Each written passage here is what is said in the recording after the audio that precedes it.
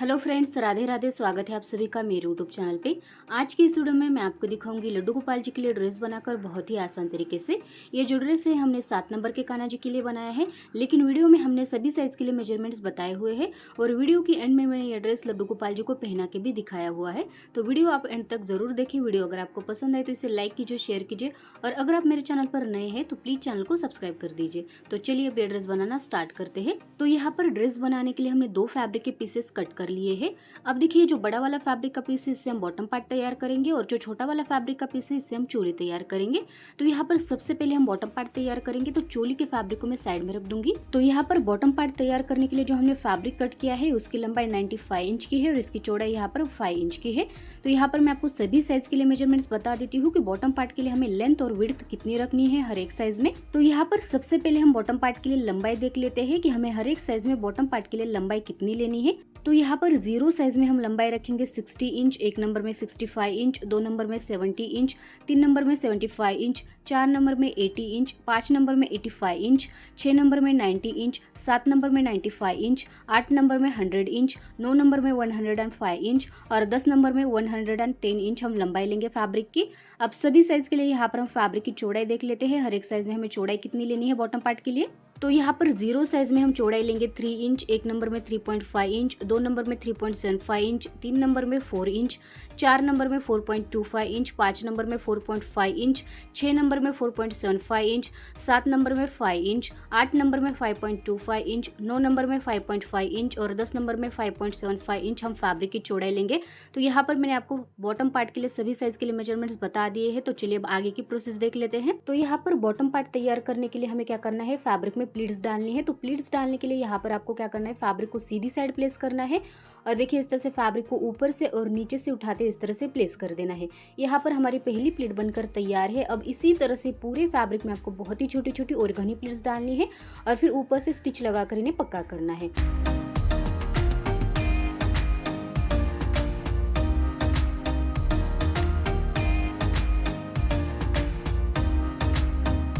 तो यहाँ पर हमने पूरे फैब्रिक में छोटी छोटी प्लेट्स डाल ली है। देखिए आप देख सकते हैं प्लेट्स डालने के बाद फैब्रिक कुछ इस तरह से दिखेगा। अब नीचे की साइड हमारा फैब्रिक थोड़ा सा ऊपर नीचे हुआ है तो इसे कट करके हम एकदम बराबर कर लेंगे।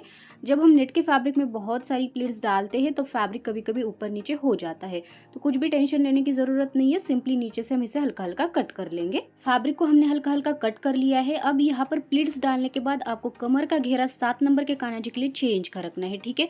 तो यहाँ पर मैं आपको हर एक साइज के लिए मेजरमेंट्स बता देती हूँ कि एक बार प्लीट्स डालने के बाद हर एक साइज में आपको कमर का घेरा कितना रखना है। तो यहाँ पर 0 साइज में हम कमर का घेरा रखेंगे 2.5 इंच, 1 नंबर में 3 इंच, 2 नंबर में 3.5 इंच, 3 नंबर में 4 इंच, 4 नंबर में 4.5 इंच, 5 नंबर में 5 इंच, 6 नंबर में 5.5 इंच, 7 नंबर में 6 इंच, 8 नंबर में 6.5 इंच, 9 नंबर में 7 इंच और 10 नंबर में 7.5 इंच हम कमर का घेरा रखेंगे। तो यहाँ पर मैंने आपको सभी साइज के लिए मेजरमेंट्स बता दिए हैं। तो चलिए अब आगे की प्रोसेस देख लेते हैं। तो यहाँ पर अब हम क्या करेंगे, इसमें बेल्ट लगाएंगे और साथ ही इसमें डोरी भी डाल लेंगे। तो यहाँ पर हमने बेल्ट की कटिंग कर ली है। बेल्ट की लंबाई आपको कितनी लेनी है, जितना भी कमर का घेरा आएगा उसमें 2 इंच ऐड करके हम लंबाई लेंगे और इसकी चौड़ाई यहाँ पर हमने 2.5 इंच की ली है। तो बेल्ट को अब हम हमारे कमर में अटैच करेंगे। उसके लिए सबसे पहले हम ड्रेस को उल्टी साइड प्लेस करेंगे। देखिए इस तरह से ड्रेस हमारा उल्टी साइड आ चुका है। अब देखिए यहाँ पर हम बेल्ट को बीच में से फोल्ड कर देंगे, बिल्कुल बीच में से फोल्ड करना है इस तरह से। और अब बेल्ट को हम हमारे कमर के ऊपर प्लेस कर देंगे। यहाँ पर आप क्या कीजिए, प्लीट्स को इस तरह से सीधा कर लीजिए ताकि आपको बेल्ट लगाने में दिक्कत ना आए। अब देखिए बेल्ट को इस तरह से कमर के ऊपर प्लेस कीजिए और यहाँ पर स्टिच लगाकर इसे पक्का कीजिए। दोनों साइड 1-1 इंच बेल्ट हमें छोड़ देना है जिसमें हम बाद में फिनिशिंग देने वाले हैं। एक बार स्टिच लगाने के बाद हम बेल्ट को सीधी साइड पलटा लेंगे। तो चलिए अब स्टिच लगा लेते हैं। तो यहाँ पर बेल्ट के ऊपर हमने स्टिच लगा ली है, आप देख सकते हैं। अब सिंपली हम क्या करेंगे, बेल्ट को इस तरह से ऊपर की ओर निकाल लेंगे तो ड्रेस हमारा सीधी साइड आ जाएगा। देखिए इस तरह से। अब यहाँ पर हम क्या करेंगे, इसमें हमें डोरी इंसर्ट करनी है, लेकिन उससे पहले हम क्या करेंगे, देखिए दोनों साइड जो हमने 1-1 इंच बेल्ट छोड़ा है उसे अंदर की ओर फोल्ड कर देंगे इस तरह से। तो देखिए यहाँ पर दोनों साइड से फिनिशिंग आ जाएगी, ठीक है, इस तरह से। अब यहाँ पर हमें इसमें डोरी को प्लेस कर देना है। देखिए इस तरह से, बहुत ही सिंपल प्रोसेस है। और फिर ऊपर से हम बेल्ट को अगेन एक बार फोल्ड करेंगे, ठीक है। देखिए इस तरह से बेल्ट को फोल्ड कीजिए तो ये डोरी हमारे अंदर की ओर बैठ जाएगी और बहुत ही अच्छी फिनिशिंग आ जाएगी। अब यहाँ पर हम बेल्ट के ऊपर ऊपर से स्टिच लगाएंगे और देखिए इस तरह से डोरी हमारी अंदर की ओर इंसर्ट हो जाएगी और बहुत ही अच्छी फिनिशिंग आ जाएगी। तो चलिए अब स्टिच लगाकर इसे पक्का कर लेते हैं। तो यहाँ पर बेल्ट के ऊपर हमने स्टिच लगा ली है, डोरी हमारी अंदर की ओर बैठ चुकी है और यहाँ पर बॉटम पार्ट बनकर बिल्कुल तैयार है। देखिए पीछे की साइड कुछ इस तरह से दिखेगा, बहुत ही अच्छी फिनिशिंग आई है। और देखिए डोरी के ऊपर आपको स्टिच नहीं लगानी, ताकि आप डोरी की हेल्प से ड्रेस को आसानी से एडजस्ट कर सके। तो बॉटम पार्ट बनकर बिल्कुल तैयार है। अब हम इसे साइड में रख देंगे और हमारी चोली तैयार करेंगे। तो यहाँ पर हमने चोली के फैब्रिक को ले लिया है। चोली तैयार करने के लिए जो हमने फैब्रिक कट किया है उसकी लंबाई 40 इंच की है और चौड़ाई इसकी 2.5 इंच की है। तो यहाँ पर मैं आपको सभी साइज के लिए मेजरमेंट्स बता देती हूँ कि चोली के लिए हमें लंबाई और चौड़ाई कितनी लेनी है हर एक साइज में। तो यहाँ पर सबसे पहले लंबाई देख लेते हैं कि चोली के लिए हर एक साइज में हमें लंबाई कितनी लेनी है फैब्रिक की। तो यहाँ पर 0 साइज में हम लंबाई लेंगे 26 इंच, 1 नंबर में 28 इंच, 2 नंबर में 30 इंच, 3 नंबर में 32 इंच, 4 नंबर में 34 इंच, 5 नंबर में 36 इंच, 6 नंबर में 38 इंच, 7 नंबर में 40 इंच, 8 नंबर में 42 इंच, 9 नंबर में 44 इंच और 10 नंबर में 46 इंच हम फैब्रिक की लंबाई लेंगे चोली के लिए।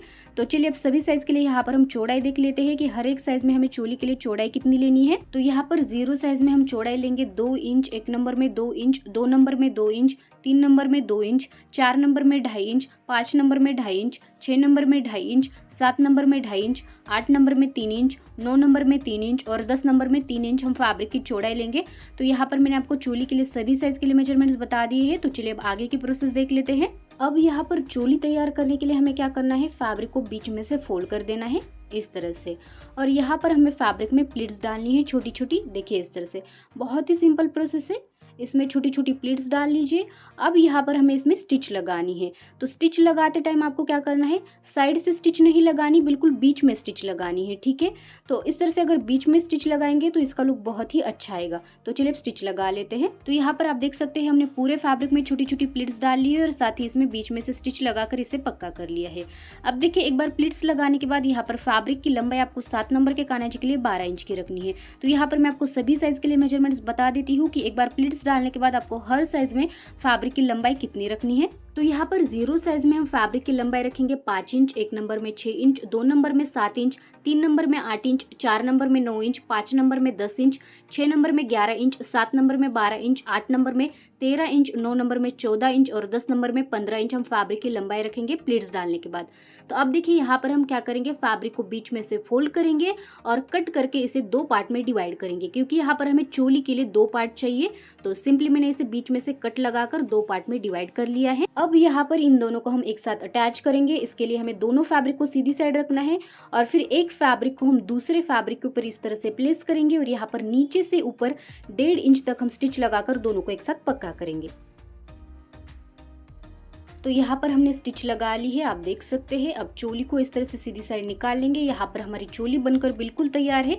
तो चलिए अब चोली को बॉटम पार्ट के साथ अटैच करेंगे। उसके लिए चोली को सीधी साइड रखना है, बॉटम पार्ट को भी सीधी साइड ही रखना है। और देखिए चोली का मिड पॉइंट बॉटम पार्ट के मिड पॉइंट के ऊपर प्लेस करते हुए यहाँ पर हम स्टिच लगाकर दोनों को एक साथ पक्का करेंगे। तो यहाँ पर हमने स्टिच लगा ली है और देखिए चोली हमारी बॉटम पार्ट के साथ अटैच हो चुकी है। तो यहाँ पर हमारा पूरा ड्रेस बनकर बिल्कुल तैयार है। तो चलिए अब इसे लड्डू गोपाल जी को पहना लेते हैं। तो यहाँ पर हमने लड्डू गोपाल जी को ले लिया है। अब देखिए सबसे पहले चोली को इस तरह से आगे की ओर कर लेंगे और यहाँ पर बॉटम पार्ट पहना लेंगे इस तरह से। अब चोली को दोनों साइड से डाल लेंगे और देखिए पीछे की साइड इस तरह से क्रॉस में कर लीजिए।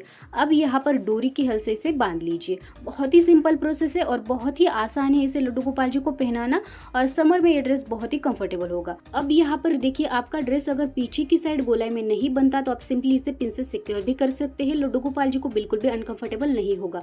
मेरा ड्रेस गोलाई में ही बना था, लेकिन मुझे दोनों लेयर्स थोड़े ज्यादा एक के ऊपर एक चाहिए थे, इसलिए मैंने यहाँ पर एक पिन लगा ली है। लड्डू गोपाल जी को ये ड्रेस बिल्कुल भी अनकंफर्टेबल नहीं होगा, ठीक है। तो आप इस तरह से ड्रेस को एडजस्ट भी कर सकते हैं। तो यहाँ पर पूरा ड्रेस बनकर बिल्कुल तैयार है। अगर आपको ये वीडियो पसंद आए तो इसे लाइक कीजिए, शेयर कीजिए। चैनल पर नए हैं तो प्लीज चैनल को सब्सक्राइब कर दीजिए। Thank you.